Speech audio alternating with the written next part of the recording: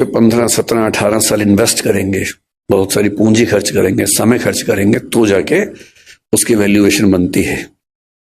और नहीं तो जैसे स्टार्टअप फेल होते हैं, 1000 में से एक आदि पास होता है, बहुत सारे स्टार्टअप फेल होते हैं। तो ये परवरिश की दुनिया में भी होता ही है। जब मैंने कुछ घटनाओं की खोज की कि आजकल के चैलेंजेस क्या हैं, तो मैं घटनाएं पढ़ के बहुत घबरा सा गया। फिर मैंने कारणों की खोज की। मैंने देखा कि पिछले केवल 6 महीने की अगर मैं बात करूं या 2-3 साल की बात करूं, तो ये घटना कि किसी पेरेंट ने अपने बच्चे को मार ही दिया, किसी भी दौर की तुलना में ज्यादा हो रही है। फिलिसाइड एक शब्द होता है साइकोलॉजी में। फिलिसाइड का मतलब है अपने बच्चे को मार देना। फिलिसाइड जिस गति से हमारे समाज में इस समय है, उतना किसी दौर में नहीं था। आज के अखबार में खबर मैंने पढ़ी, परसों की खबर है। कर्नाटक का एक जिला है, उत्तरी कन्नड़ बोलते हैं उसको। एक मां अपने बच्चे से इतनी परेशान हो गई, 6 साल का बच्चा था, ठीक से सुन नहीं सकता था, ठीक से बोल नहीं सकता था, कि अंत में उसने क्या किया, परसों एक नदी में जहां बहुत सारे मगरमच्छ थे, अपने बच्चे को फेंक दिया। और जब खबर मिली प्रशासन को, प्रशासन गए, तब तक बच्चे का मतलब जो डर था वो हो चुका था, उसकी मौत हो गई थी। तो मैं सोच रहा था कि इतनी क्या बेचैनी हो गई होगी, ऐसा क्या हो गया होगा। फिर मुझे ध्यान है कि आज से करीब 4 महीने पहले गोवा और बेंगलोर के बीच का एक केस बड़ा प्रसिद्ध हुआ था। एक महिला जो एक एआई स्टार्टअप की फाउंडर थी, सीईओ थी, उसने अपने 4 साल के बच्चे को मार दिया, ऐसा आरोप है, और वो अभी जेल में है।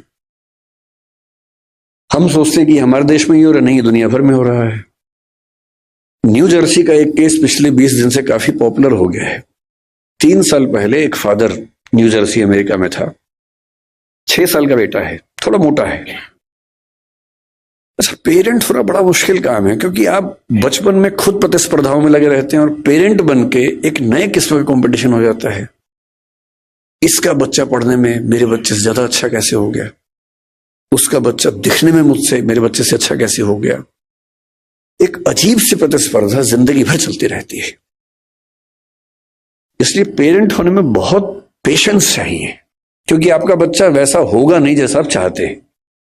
हम सब डिजाइनर बेबी चाहते हैं, ऐसा बच्चा लंबा इतना हो, सुंदर इतना हो, इतना स्मार्ट हो, पढ़ने में तो ऐसा हो कि सबको पीछे कर दे, समझदारी में तो अलग ही लेवल का हो, उसके बाद भी आज्ञाकारी इतना हो कि हमेशा पैर ही छूता रहे। ऐसा कॉम्बो है नहीं दुनिया में कहीं भी, और ऐसे कॉम्बो आप भी नहीं थे अपने पेरेंट्स के सामने। जब आप नहीं थे अपने पेरेंट्स के सामने, तो आप कैसे उम्मीद कर सकते हैं कि आपके बच्चे वैसे कॉम्बो बनेंगे? नहीं बन सकते। तो आपका बच्चा शायद पढ़ने में अच्छा होगा, लेकिन थोड़ा मोटा होगा, पढ़ने में खराब है लेकिन दिखने में सुंदर है, दिखने में सुंदर हो गया, पढ़ने में भी अच्छा हो गया, पर बदतमीज है। कहीं ना कहीं तो मामला फंसेगा ही। और जब तक मामला घर के अंदर है मैनेज हो जाता है, जब बाहर जाने लगता तो बड़ा पेशेंस चाहिए। लोग मजाक बनाएंगे आपके बच्चे का, 10 लोग आपके सामने चिढ़ा के बोलेंगे तुम्हारा बच्चा जो है ना देखने में भद्दा लगता है। आपका खून जल जाता है उस समय, अहिंसा का विचार हट जाता है उस समय। मन करता है कि अभी तो हिंसा हो ही जाए, बाद में अहिंसा देख लेंगे, ऐसा मन में आता है। स्वाभाविक सी बात है, सबके मन में आता है। तो उस आदमी के साथ जो हुआ न्यू जर्सी में, उसका बच्चा थोड़ा सा मोटा था। बहुत लोगों के बच्चे मोटे होते हैं। अमीर समाजों में ज्यादा है, अमेरिका में ओबेसिटी ज्यादा है, यूरोप में ज्यादा है। मेरा ख्याल है कि भारतीय समाज में जैन परिवारों में दिक्कत थोड़ी ज्यादा होगी, क्योंकि जैन समाज भारत का सबसे अमीर समाज है। तो ये खतरा ज्यादा है, सीधी सी बात है, खतरा ज्यादा है, क्योंकि जहां एफ्लुएंस ज्यादा है, पैसा ज्यादा है, सुविधाएं ज्यादा हैं, वहां खतरा ज्यादा है। सिंपल सी बात है। तो वो पेरेंट ऐसा था, बाप, एक दिन उसको शायद किसी ने कह दिया होगा तुम्हारा बेटा बहुत मोटा है, उसे गुस्सा आ गया। 6 साल का बेटा, उसने बेटे को पकड़ा कि चलो जिम चलो मेरे साथ। बेटे ने कहा पापा क्यों ले जा रहे हो, लेकिन उस समय उसको बचाने वाली मां घर में नहीं थी, तो बाप घसीटता वो ले गया जिम उसको, और ट्रेडमिल चलाए कि चलो दौड़ो इस पे। ट्रेडमिल तेज कर दिया, बच्चा पूरी ताकत से दौड़ रहा है लेकिन नहीं दौड़ पा रहा, धम से गिरा नीचे। बाप ने 2 झापड़ मारे, फिर चढ़ाया ट्रेडमिल के ऊपर। 5-6 बार वो गिरा और ऐसा गिरा कि उसकी मौत हो गई। और अब 3 साल बाद इस घटना के, लगभग 3 साल हो गए इस बात को, अब केस शुरू हुआ, उसके फादर जेल में हैं। 30 साल की सजा का प्रस्ताव दिया गया सरकार की ओर से, क्योंकि वहां प्ली बार्गेनिंग होती है कि इतनी सजा ले लो तो केस नहीं चलाएंगे, नहीं तो केस चलाएंगे। तो उसने कहा कि मैं सजा नहीं मानूंगा, तो केस चल रहा है, बाप जेल में। ये घटनाएं इतनी मात्रा में पहले नहीं सुनी जाती थी। पहले किसी मां का अपने बच्चे को मारना केवल एक स्थिति में होता था कि मां अविवाहित है, वो ऐसी स्थिति में फंस गई है कि कुछ कर नहीं सकती है, उसके लिए जिंदा रहना मुश्किल है। तब भी वो मारती नहीं थी, कहीं छोड़ देती थी, भाग जाती थी। ऐसी ये घटना में कबीरदास का इतिहास हम पढ़ते हैं। यहूदियों के जो प्रवर्तक हैं हजरत मूसा, उनका इतिहास भी ऐसा है। उनकी मां ने भी उनको इस तरह से एक नदी के पास छोड़ा था और फिर वहां से जो राज परिवार था उसने उसको अपना लिया था। ये घटनाएं बढ़ रही हैं, इसका मतलब पेरेंट्स का जो पेशेंस का लेवल है वो दुनिया के इतिहास का सबसे कम इस समय हो चुका है।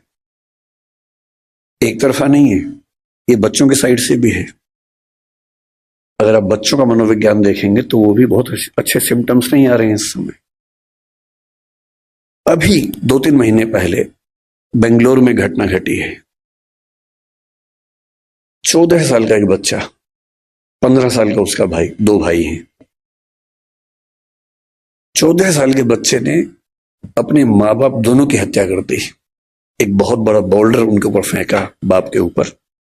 पिता को मारना चाह रहा था, मां दुर्भाग्य से क्योंकि साथ में थी उसकी मौत हो गई। और फिर पूछा गया कि ऐसा क्यों किया भाई तुमने? उसने जो कहा वो हम सबके लिए बहुत जरूरी है। उसने कहा पिछले कुछ समय से मुझे और मेरे भाई को एलर्जी हुई, उस एलर्जी की वजह से हमारी त्वचा कहीं कहीं जल गई, काली हो गई। और रोज हमारे पापा बोलते थे, मतलब गालियां देते थे कि तुम कितने भद्दे दिखते हो, बदसूरत दिखते हो, क्या करते हो, बदतमीजी करते हो, कुछ गलत काम करते हो, इसलिए ऐसा हो गया है। और उसने पुलिस को बताया कि एक तो मैं खुद परेशान कि मेरे साथ ये क्या हो रहा है, और जब मैं घर आता था इस उम्मीद में कि घर पे कम से कम घर पे तो लोग मुझे समझेंगे, वहां तो प्रेम मिलेगा, वहां तो अनकंडीशनल तरीके से मुझसे बात होगी। वहां भी गालियां पड़ती थी, रोज गालियां सुनता था। और एक दिन जब गालियां बहुत ज्यादा हो गई, नहीं झेल पाया, तो मैंने कदम उठाया और मुझे इस वक्त का कोई अफसोस नहीं। ऐसी घटनाएं। 14 साल का बच्चा है सिर्फ। आप इंटरनेट पे केवल एक चीज सर्च करके देखिए कि ऐसी माताएं या पिता बूढ़े जिनको बच्चों ने घर से बाहर निकाल दिया हो। मैंने यूं ही परसों नेट पर सर्च किया, old age parents who have been thrown out by their children from the home. मुझे लगा एक आध घटना सामने आएगी, कुछ पढ़ूंगा उसके बारे में। इंटरनेट के कई पेजेस भर गए, घटनाएं खत्म नहीं हो रही थी। और जो मोस्ट रिसेंट घटनाएं थी उनमें से एक थी बंगाल की, एक ऐसी औरत जिसका पति मर गया, 90 साल की है, 7 बच्चे हैं। 7 बच्चे उन घरों में रहते हैं जो उस महिला के पति ने और उसने मिलकर बनाए थे। और 7 बच्चों ने अपनी मां को घर से बाहर निकाल दिया, जिस जगह में रहती थी। 12/7 की घटना है। 12/7 एक जगह है बंगाल में, वहां की घटना है। अब मां घर में है, कैसे निकाले? किराए पर एक टीम को हायर किया, बदमाशों की टीम को। वो आई, मां को उठाया, रात को लेके गई और कहीं फेंक के आ गए, सिर्फ इसलिए कि इस बुढ़िया का झंझट कौन उठाए। जब ऐसी घटनाएं आप भी पढ़ते ही होंगे अखबारों में, मैं भी पढ़ता हूं। और जब जब ऐसी घटनाएं हमारे सामने आती हैं तो हमें बहुत केयरफुल हो जाना चाहिए कि कुछ ऐसा हो रहा है जो ठीक नहीं है।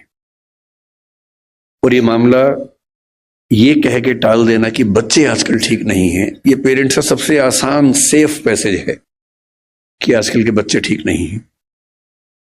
हमें समझना चाहिए कि ये मामला बच्चों से ज्यादा पेरेंट्स के लिए महत्वपूर्ण है कि उनसे कहीं कोई ऐसी गलती तो नहीं हो रही कि ऐसी घटनाएं हमारे समाज में ज्यादा हो रही हैं। तो मैं भी एक पेरेंट हूं।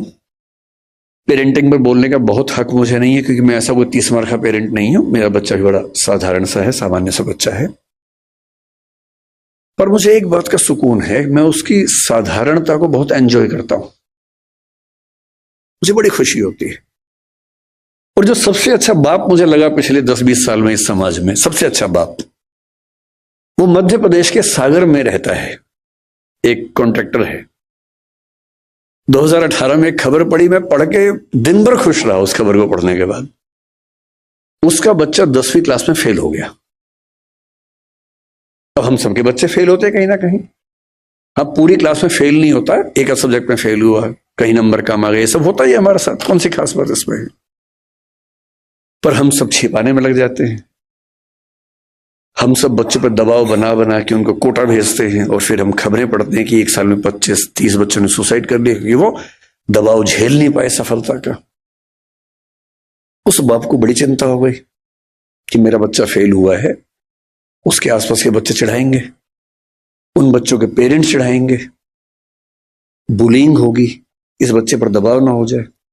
उसने क्या किया, उसी दिन शाम के समय एक बहुत बड़ी पार्टी दी, सबको बुलाया, एक पार्टी है, बताया नहीं क्यों बुलाया, बच्चे को उसने बुलाया और सबके सामने बोला, ये पार्टी इसलिए है कि मेरे बच्चे ने मेहनत की थी, फेल हो गया कोई बात नहीं, मैं एकदम इसके साथ हूं, और ये बच्चा मोटिवेशन के साथ अगले साल आपको पास होकर दिखा देगा, डरने की बात नहीं।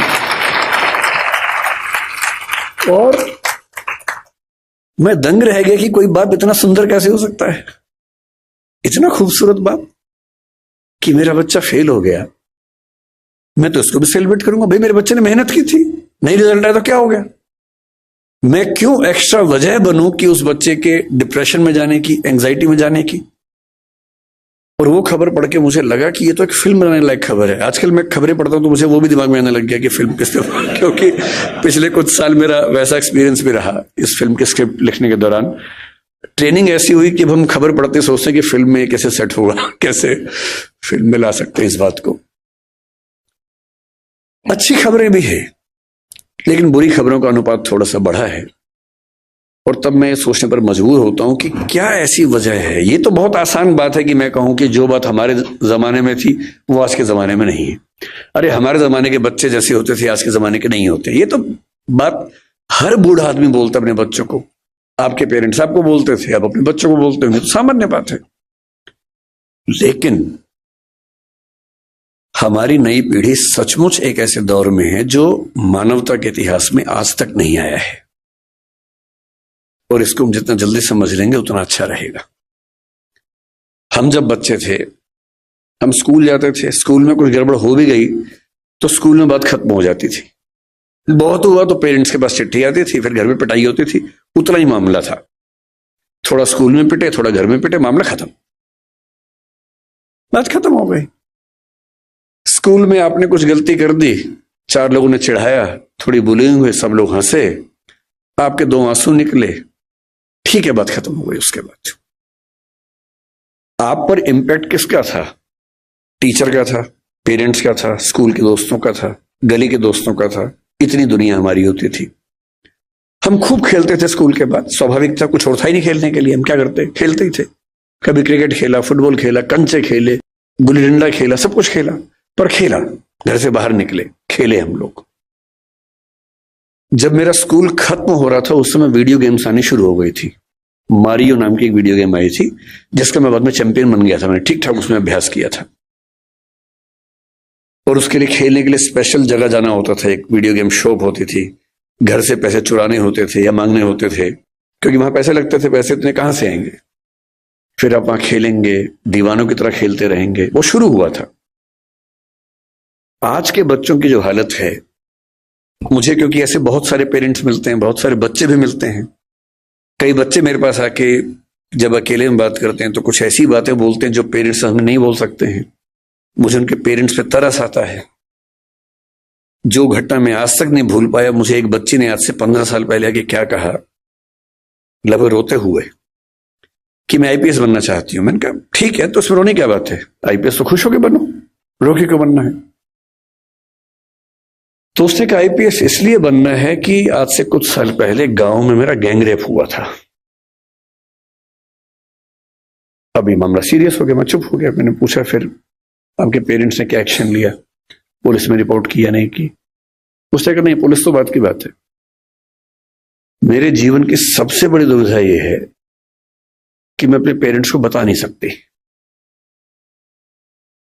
क्योंकि वो मुझ पर भरोसा नहीं करेंगे, मेरी ही गलती निकालेंगे। तो मैंने कहा तुमने बताया नहीं पेरेंट्स को? बोले नहीं, ना बताया है ना बता पाऊंगी, आज तक किसी को नहीं बताया है, रोज घुटती हूं अंदर अंदर, आज पहली बार आपको बता रही हूं। और आईपीएस इसलिए बनना है कि जो मेरे साथ हुआ किसी और के साथ ना हो। और मैं तब से सोचता हूं कि वो कितने अभागे और मूर्ख पेरेंट्स होंगे जो अपने बच्चे से ये बात नहीं कर सकते। आपका बच्चा गैंगरेप का शिकार हो गया और उसमें इतनी हिम्मत है कि उस चीज को झेल गया, आपको नहीं बता पा रहा क्योंकि उसको आप पर इतना भी भरोसा नहीं है कि आप उसकी बात सुन पाएंगे। जितने रेप हमारे समाज में होते हैं उनमें से 95% घर के अंदर होते हैं। घर के मेंबर्स या दूर के रिश्तेदार या आस पड़ोस के लोग करते हैं, और उनमें से शायद 10% से ऊपर की खबर किसी को लगती नहीं है। क्यों नहीं लगती है? क्योंकि जब जब कोई बच्ची अपने पेरेंट्स को बोलती है कि ऐसा हुआ है, पेरेंट्स कहते हैं कि नहीं, तूने गलती की होगी, या छुपा दे, दबा दे बात को, चुप रहे, दूर रहा कर उनसे। हिम्मत नहीं करते कि हिसाब बराबर करें, अपनी बेटी का हक मांगे उस आदमी से, इतनी हिम्मत नहीं करते हैं। ऐसे बुज़दिल समाज में क्या होगा? डिप्रेशन नहीं होगा, एंजाइटी नहीं होगी तो क्या होगा? और उस लड़की की बात सुन के मैं हिल गया था। यह अलग बात है कि उस लड़की ने बहुत मेहनत की, बाद में आईपीएस बन भी गई। उसके बाद वो क्या कितना कर पाई मुझे नहीं पता, पर मेरा ख्याल है कि जिस जिस जिले में वो रहती होगी, कम से कम उस जिले की लड़कियां और बेटियां महफूज रहती होंगी। लेकिन वो तो एक अलग बात है, उसने क्या किया अलग बात है। एज पेरेंट्स हम क्या कर रहे हैं ये अलग बात है। और जो मैं अब बताने वाला हूं वो तो और घबराने वाली बात है। आज का समाज, आज की स्थितियां कैसी हैं? हमारे बच्चों की सबसे बड़ी उपलब्धि भी, सबसे बड़ी चिंता भी ये है कि वो इंटरनेट के दौर के पैदाइशी बच्चे हैं। हमारी जनरेशन वो है जिसने सारे चेंजेस को देखा। हम लोग दुनिया के सबसे रोचक जनरेशन के लोग हैं, जो मेरी जैसी उम्र के लोग हैं, 40-50। मैं 50 का हूं, आप तो 40-30 के लग रहे देखने में। तो मतलब जो 40-50-55 की उम्र के लोग हैं, इतनी इंटरेस्टिंग जनरेशन इस दुनिया के इतिहास में कोई नहीं है जितनी हमारी है। हम जब पैदा हुए तो टेलीविजन आने वाला था। टेलीविजन हमारे दौर में 1975 में पैदा हुआ भारत में। टेलीविजन से लेकर फिर कलर टीवी, फिर वीसीआर, वीसीपी, वहां से होते होते फोन जिसमें घुमा घुमा के फोन करना पड़ता था, फिर थोड़े अच्छे फोन होने लगे, वायरलेस होने लगे। मोबाइल फोन पहली बार जिसमें इनकमिंग आउटगोइंग 16 रुपए पर मिनट हुआ करती थी। वो ऐसे फोन बटन वाले जिनसे आप कील भी ठोक सकते हैं, ऐसे फोन हुआ करते थे। कितने साल के बाद पहली बार स्मार्टफोन आने शुरू हुए, फिर पता लगा कि फेसबुक भी कुछ होता है, फिर पता लगा व्हाट्सएप भी कुछ होता है, फिर पता लगा कि रोबोटिक्स भी होने लग गया है, फिर पता लगा आर्टिफिशियल इंटेलिजेंस भी होने लगी है। और आज हम उस बिंदु पर आ चुके हैं, मुश्किल से 2 साल की बात है, मशीनें अंतिम रूप से इंसान को हराने वाली हैं, हर मामले में हराने वाली हैं। जो जो खुशफहमी हम सबको हैं वो सब खत्म होने वाली बहुत जल्दी, मैक्सिमम 2 साल का समय है। अभी एआई आ गई है, जिस दिन एजीआई ठीक से आ गई, एजीआई का मतलब है आर्टिफिशियल जनरल इंटेलिजेंस, और एआई की दुनिया के सबसे बड़े धुरंधर सैम ऑल्टमैन ने कल ही एक इंटरव्यू दिया, कल या परसों में, और कहा है कि चैट जीपीटी 4, जिसको आप बहुत बड़ा समझ रहे हैं कि कमाल हो गया है, वो अगले 2 साल बाद हास्यास्पद मानी जाएगी। वो प्रिमिटिव किस्म की टेक्नोलॉजी है, इतनी हास्यास्पद मानी जाएगी कि इतना भद्दा काम भी क्या हमने किया था कभी। और आज हम चैट जीपीटी को देख के दंग रह जाते हैं कुछ भी करना हो, फोटो बनानी हो, वीडियो बनाना हो, रिसर्च करनी हो, कुछ भी करना हो, आप चैट जीपीटी को ठीक सा प्रॉम्प्ट दीजिए। मतलब मैंने कई बार ऐसा करके देखा, एक विषय पे रिसर्च करनी है, पहले मुझे दिन भर लगता था 24 घंटे रिसर्च करने में, अब 24 सेकंड लगते हैं, वो सब कुछ करके देता है। और आज से 2 साल बाद ये प्रिमिटिव होने वाला है, आदिम होने वाला है, उसके बाद तो पता नहीं क्या होगा।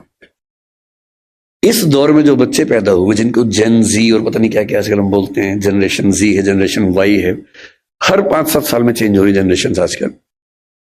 ये किस दौर के बच्चे हैं?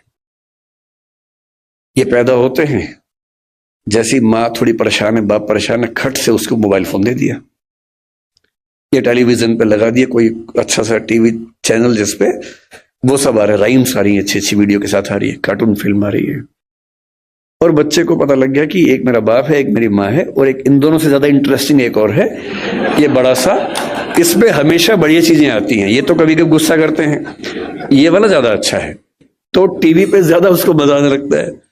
अब रात को सो रहे वहां तो टीवी भी नहीं है, तो फिर फोन दे दिया, फिर बच्चा फोन में। कई बच्चे आजकल ऐसे हैं जो किताब जब पहली बार देखते हैं, किताब पे ऐसे ऐसे करते हैं, क्योंकि वो जिस दौर के बच्चे हैं उनको अखबार पे, किताब पे, इतना ही नहीं, दीवार पे ऐसे करने लग जाते हैं, टेबल पे ऐसे करते हैं कि बड़ी क्यों नहीं हो रही टेबल, क्योंकि वो क्या कर रहे हैं, उसी दौर के बच्चे हैं। ये तो मजे की बात है कि अच्छा फोन है, माँ की चिंता कम, बाप की चिंता कम हो गई, फोन दिया, हम मस्त हो गए। लेकिन साथ में और क्या क्या आता है? इन बच्चों का खेलने का मन नहीं करता, क्योंकि इनके पास खेल से ज्यादा रोचक चीजें हैं। मुझे अच्छे से याद है कि हमने पहली बार 5वीं 6ठी क्लास में जाके ऊट पटांग चीजें पढ़नी देखनी शुरू की थी स्कूल में। पहले क्या है, पेरेंट्स हैं घर में, पेरेंट्स के होते हुए हिम्मत नहीं हो सकती, ना दिमाग में कुछ आता था। स्कूल गए, हर स्कूल में क्या होता है, एक आध बच्चा होता है जो नेता होता है क्लास का, जो कहीं कहीं से ज्ञान लेके आता है और सारे बच्चों में डिस्ट्रीब्यूट करता है कि भैया तुम तो बच्चे हो, तुम्हें नहीं पता दुनिया कैसे चल रही है, ये है असली चीजें। तो मुझे याद आता है कि शायद 6ठी 7वीं क्लास में पहली बार हमारी क्लास का एक छठा हुआ बच्चा था, कुछ किताब लाया था, कुछ फोटो वोटो थी उसमें ऊट पटांग सी, हम सब ने देखी, हम समझ भी नहीं पाए कि ये सब क्या है, पर ये हमें पता लगा कि इसको देखने से आदमी बड़ा माना जाता है, स्मार्ट माना जाता है। लेकिन तब भी क्या था कि एक रिसेस में एक कोने में जाके 2-3 लोग बैठ के देख रहे हैं, और जैसे टीचर दूसरी जगह से भागे वापस, और इतना ही एक्सपोजर हमारा हुआ करता था।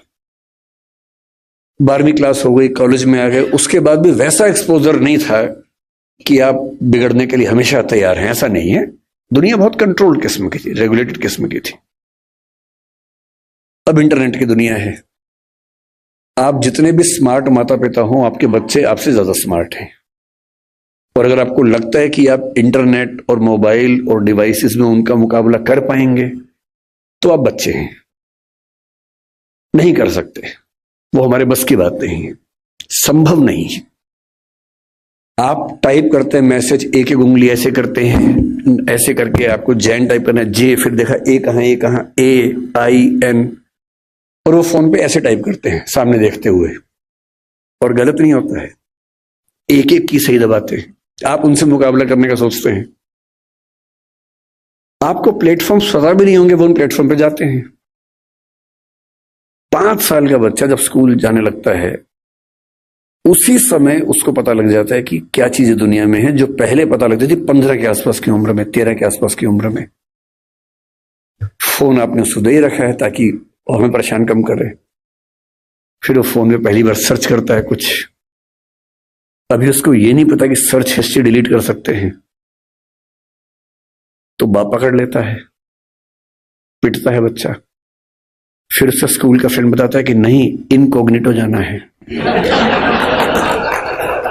अगली बार से बच्चा स्मार्ट हो गया है, 6 साल का बच्चा स्मार्ट है, इनकॉग्निटो में वो सब देख रहा है जो आप नहीं चाह रहे थे, और जो आप देख रहे थे लेकिन आप नहीं चाह रहे थे कि वो देखे। बच्चा है, छोटा बच्चा है, उसका एक्सपोजर का लेवल सोच के देखिए। ये हंसी मजाक में मैं कह रहा हूं, लेकिन बात की गंभीरता को देखना है। 6, 7, 8 साल के बच्चों का वो एक्सपोजर लेवल है जो पहले 14, 15, 16 की उम्र में होता था। मेडिकल साइंस इस बात को मान चुकी है। मैं जितनी बातें कोट कर रहा हूं, मैं हवा में कोट नहीं कर रहा हूं, मेडिकल साइंस की रिसर्चेस के बेस पे कोट कर रहा हूं। आपको आश्चर्य होगा, आज से 1 महीने पहले एक रिपोर्ट आई है, लगभग पूरी दुनिया में प्यूबर्टी की एज 1 साल कम हो गई है, जिसको टीनेज बोलते हैं कि 13 साल की उम्र में टीनेज आती है, बच्चियों को मासिक धर्म शुरू होता है। दुनिया भर में उसकी एज 1 साल कम हो गई है। और ये ऐसे नहीं हो गई है, ये एक्सपोजर से होती है। लड़के भी जल्दी मैच्योर हो रहे हैं। जो हरकतें 15, 16, 18 में ठीक लगती हैं, किसी बच्चे के मन में भाव आने चाहिए, 8, 9, 10 में वैसी बातें हो रही हैं। ये तो फिर भी छोटी बात है। इसके बाद जो होता है तो बच्चे ही। एक्सपोजर बहुत बड़ा मिल गया है। जब वो नेट पे जाते हैं तो नेट पे जो पिशाच बैठे हुए दुनिया भर में, जो साइबर ठग हैं, जो साइबर क्रिमिनल्स हैं, वो इसी ताक में है कि बच्चे मिल जाएं। उनको पता है कि बच्चे का मनोविज्ञान क्या है। वो हैकर्स हैं, वो हैक कर लेंगे कि उस बच्चे ने क्या क्या सर्च किया है, उसकी पूरी कुंडली खोल लेंगे कि बच्चे का इस समय मन कहां अटका हुआ है। अगर 9, 10, 11, 12 साल का कोई लड़का है जो कुछ ऐसे वीडियोस देख रहा था या इमेजेस देख रहा था, उसमें भी देख रहे हैं कि कैसी रेस, व्हाइट रेस उसको पसंद है, कि इंडियन तरह के लोग पसंद हैं,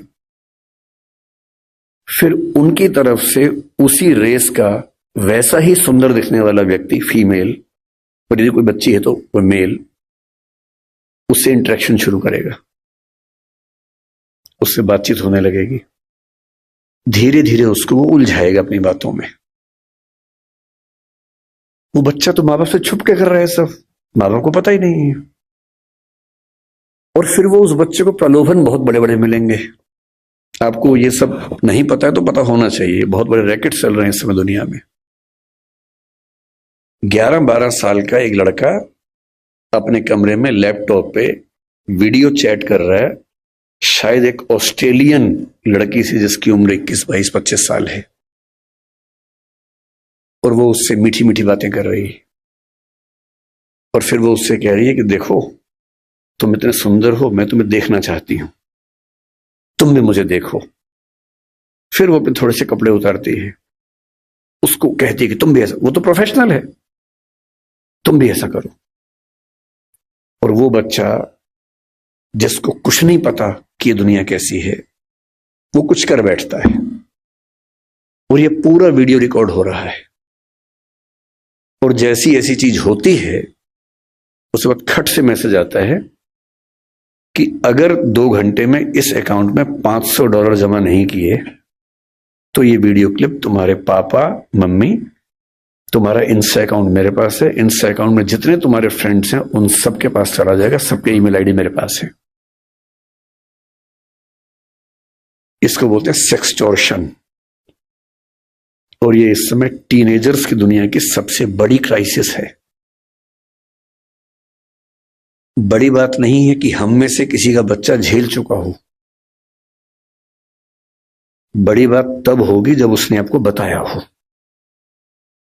और अगर आपको नहीं बताया है और आप इस खुशफहमी में कि ऐसा हमारे बच्चे को हो ही नहीं सकता, तो फिर कह रहा हूं कि हम इस बात से अनजान हैं कि हम किस स्थिति में हैं।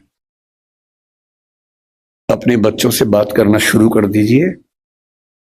पहली बात तो ऐसा ना हो, और हो जाए तो आपसे बात कर लें। कई बच्चे झेल नहीं पाते, पैसा होता नहीं है, पैसा होता तो देते हैं। और $500 का मामला नहीं है, वो पहली बार का मामला है, उसके बाद फिर उतना मामला है, अगली बार फिर उतना मामला है। और ये ध्यान रखना है कि किसी बच्चे के साथ ये करने के लिए वीडियो रिकॉर्डिंग की जरूरत भी नहीं है।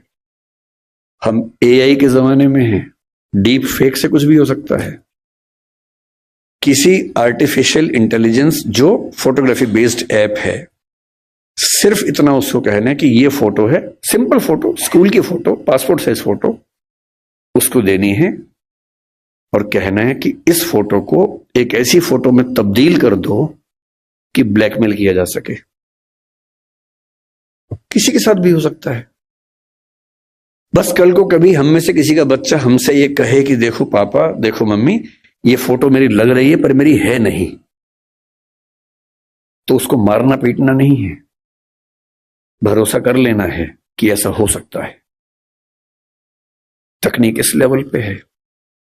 और एक और टेक्नोलॉजी जो भी पब्लिक डोमेन में नहीं आई है, कभी भी आ सकती है लेकिन बन चुकी है। वो क्या करती है, एक फोटो देनी है और प्रॉम्प्ट देना है कि इस फोटो के बेस पे वीडियो बनाओ और वीडियो में ये होना चाहिए। आप जो चाहेंगे वीडियो बन जाएगा, आपका ही बन जाएगा। आप वो नहीं है। और आप क्या, इस दुनिया के बड़े बड़े टेक्निकल एक्सपर्ट्स नहीं बता पाएंगे कि ये वीडियो नकली है। इसको डीप फेक कहते हैं आजकल, डीप फेक। हमारे आपके बच्चे इस खतरे से गुजर रहे हैं और ये आज नहीं तो कल हम सबके बच्चों को झेलना है। उन सबको समझाने की जरूरत है कि जब किसी से प्रेम भी करते हो, मान लीजिए आजकल बच्चों के प्रेम में क्या होता है, सबसे पहले पासवर्ड शेयर करते हैं कि तू मुझसे प्यार करती है, हाँ तो पासवर्ड दे। तू मुझसे प्यार करता है तो पासवर्ड दे। दोनों पासवर्ड देते हैं, फिर एक और आईडी बना लेते हैं अलग से, उसका पासवर्ड दे देते हैं। फिर उसके बाद भरोसा और कायम करना है। फिर रात को 2 बजे जब पेरेंट्स सो चुके हैं, फिर वीडियो कॉल करते हैं। भरोसा करती है, हाँ तो फिर कपड़े उतार वीडियो कॉल पे। ये खेल शुरू हो जाता है। अपने बच्चों को समझाना है, दुनिया का कोई भी इंसान कितना भी भरोसेमंद हो, ऐसी गलती ना करे। लड़का हो तो वो भी ना करे, लड़की हो तो वो भी ना करे। और ये हमारी पीढ़ी निकल गई है, हमें नहीं पता कि ये भी खतरे होते हैं। हमारी पीढ़ी में ये सब खतरे थे ही नहीं, हमने कम से कम ये सब नहीं झेला। हमारी पीढ़ी में ये था कि गलती से आप कहीं हैं, नहा रहे हैं, किसी ने देख भी लिया, फोटो नहीं खींच सकता था। फोटो खींचने के लिए फोटोग्राफर बुलाना पड़ता था बाहर से। या तो हर आदमी फोन लेके घूम रहा है, और फोटो अगर खींच गई, अगर आपको भी ऐसी मासूमियत आपके अंदर है कि मैंने फोटो खींच ली, मेरा फोन तो एयरप्लेन मोड पे है, मेरे फोन में ही है, बाहर तो गया ही नहीं, इसको बोलते हैं मासूमियत। अगर आपने फोन में फोटो खींच ली है तो डिलीट कर दिया उसको, अगर आपको लगता है डिलीट हो गई तो ये मासूमियत है।